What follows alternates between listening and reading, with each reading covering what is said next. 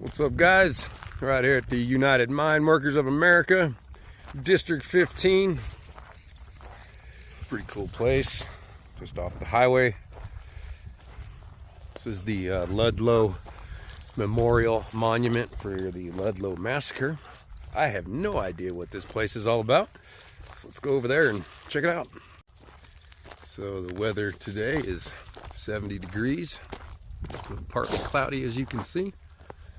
Nice mild end of summer day, going into fall. Got some fall colors coming up over here. So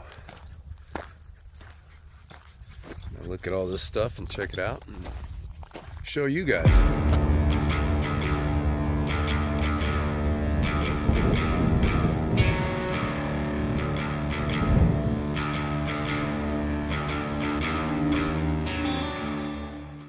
The Ludlow Massacre, an attack on striking coal miners and their families by the Colorado National Guard and Colorado Fuel and Iron Company's Guard at Ludlow, Colorado, on April 20th, 1914, resulting in the deaths of 25 people, including 11 children.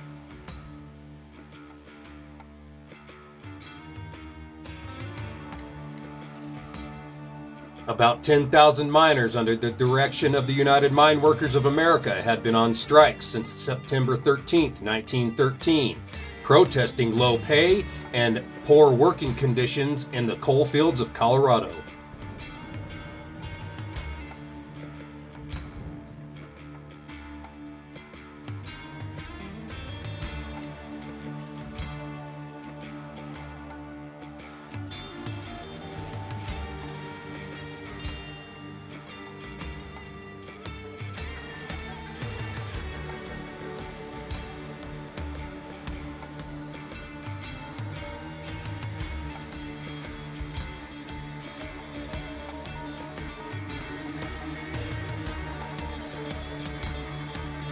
Evicted from the company towns by the operators of the industrialist John D. Rockefeller's Colorado Fuel and Iron Company, striking miners constructed tent colonies, the largest of which housed about 1,200 striking miners.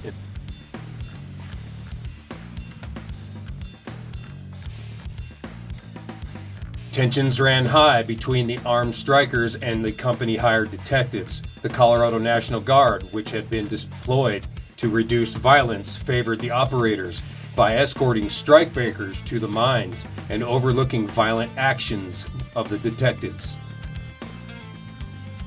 In April 1914, the cost of maintaining the troops led to a reduction in the National Guard's presence, resulting in an increased violence.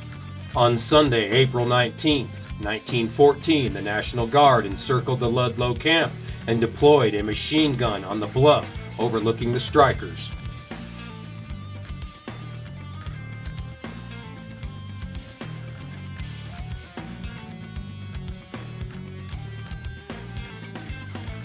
Although no one knows exactly what instigated the violence, some accounts suggest that officers of the National Guard demanded that the miners turn over at least one individual, possibly a striker or even a hostage that they were holding, but the miners refused.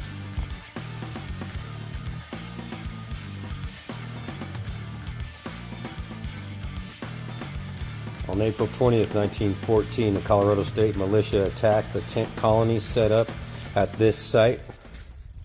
4 men, 2 women, 11 children lost their lives in what is now known as the Ludlow Massacre. In all, 30 people lost their lives that day in Los Animas County. The National Guard then opened fire on the camp, initiating the pitched battle that lasted throughout the day. 3 of the striking leaders, including labor organizer Louis Tikas, were captured and killed by the National Guard. Anecdotal evidence suggests that Tikas had been lured out to discuss a truce.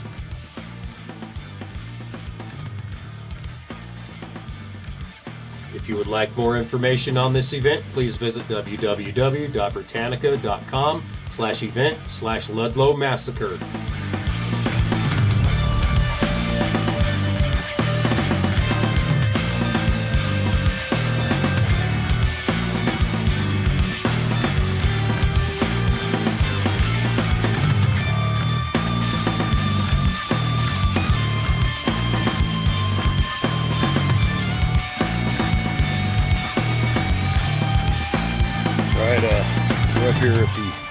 Hastings mine site in Hastings, Colorado.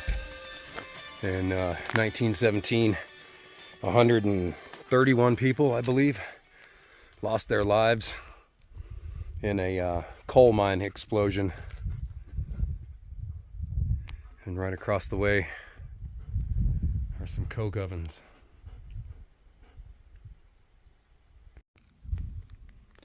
Yeah, I'm just doing a little detour from all the gold mining stuff and the gold mining ghost towns, and decided I'd change it up to some coal mining down here in southern Colorado.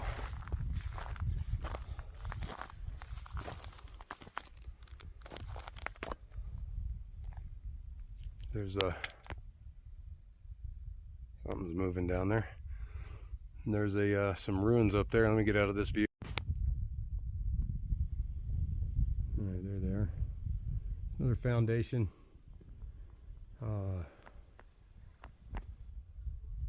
I don't know what this site is. Maybe a mill site or something. But let's get a close-up of the coke ovens over there. All right, well, here's about as close as I can get to these coke ovens. They extend way down the valley. Go all the way down there.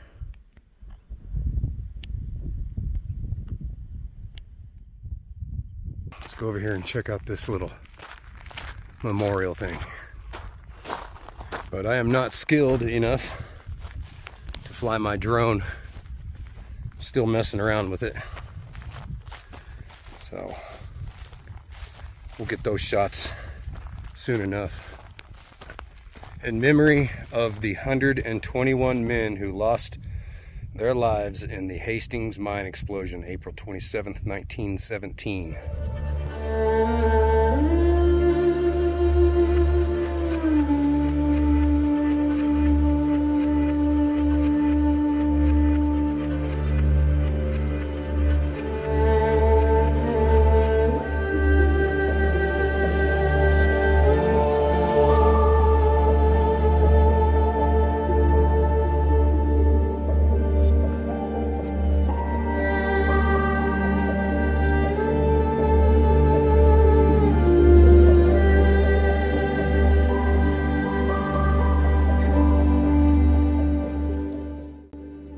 The Hastings mine explosion was the deadliest in Colorado history, caused by the misguiding striking of a match in the Hastings coal mine north of Trinidad on April 27, 1917.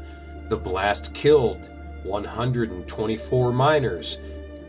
One other worker died of overexertion while trying to recover the bodies.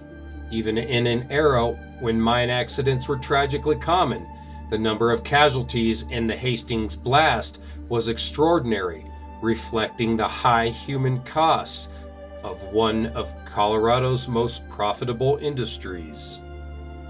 As it was typical in mine disasters of the early 20th century, the victims of the Hastings mine explosion was mostly European immigrants and from other marginalized groups, indicating that the types of people that Colorado business community and public were willing to sacrifice in order to have a warm home and robust economy.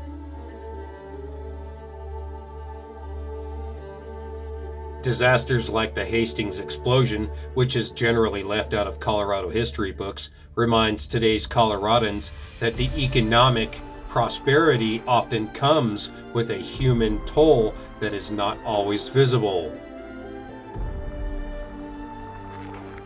And so, unfortunately, everything out here is on private property.